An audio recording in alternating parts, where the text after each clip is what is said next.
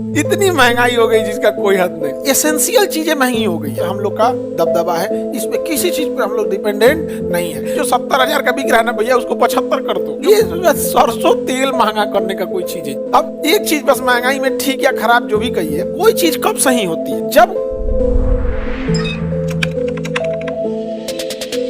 दुनिया में सूती वस्त्र उत्पादन में चाइना के बाद हम ही लोग आते हैं सेकंड नंबर पे, और उपभोग में भी हम ही लोग आते हैं सूती वस्त्र में, क्योंकि जनसंख्या ही ज्यादा है। एक आदमी के पास कपड़े तो रहना ही चाहिए यहाँ पे।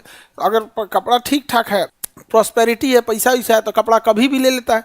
लेकिन गरीबी का आलम यह है कि त्योहार के अलावे फिर कपड़ा खरीदाता नहीं है। अगर खरीदा रहा है कपड़ा तो त्योहार के, और कोई किसी को दे दिया कि लो एगो कपड़ा सिवा लिया, तो या कहीं नहीं नानी उन्नी के घर चल जाइए तो मिल जाता है। तो गरीबी का आलम भारत में ये है ना कि माँ उसको छुपा देती है कपड़ों को। बाबू 1.5 महीना बाद छठ है, छठ में पहन। ये है हमारे यहाँ गरीब। अगर पास से गरीबी को देखिएगा ना, तो सबसे बेरहम आपको ऊपर वाला लगेगा। सबसे बेरहम अजीब अजीब इंसान, छोटे छोटे बच्चों को ठंडी में रुला देगा। छोटे बच्चे एकदम देखिएगा जहां तहां रहेंगे। तो सूती वस्त्र उद्योग जो है वो सबसे ज्यादा क्या दिया है? रोजगार दिया है।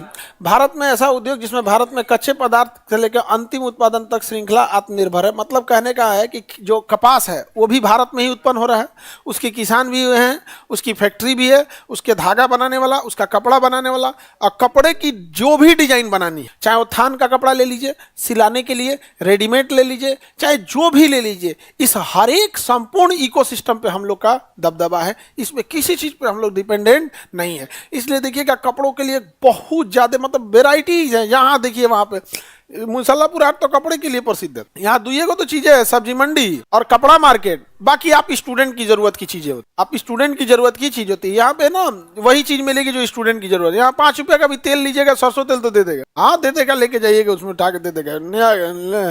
महंगाई इतना हो गया कि ऐसे ला सर में लगा देते उतने मिलेगा। 5 रुपए सर में लगा दे, जाइए सर दर्द सही हो जाएगा। इतनी महंगाई हो गई जिसका कोई हद नहीं।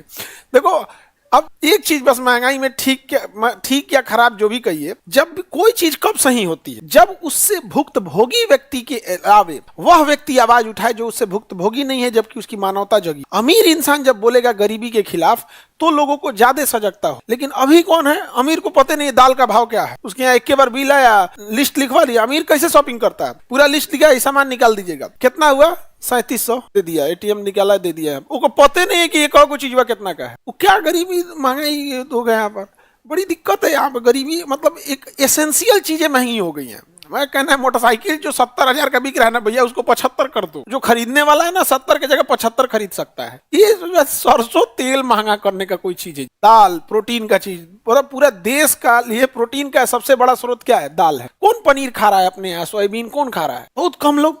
मेन सोर्स क्या है? दाल है। उहे महंगा कर दो, पूरा देश कुपोषण चल जाए। और के बाद ना विटामिन की गोली बंटवाओ। चौपट किया आपने, उसके बाद प्रोटीन और विटामिन का सरकारी हॉस्पिटल से गोली बटेगा।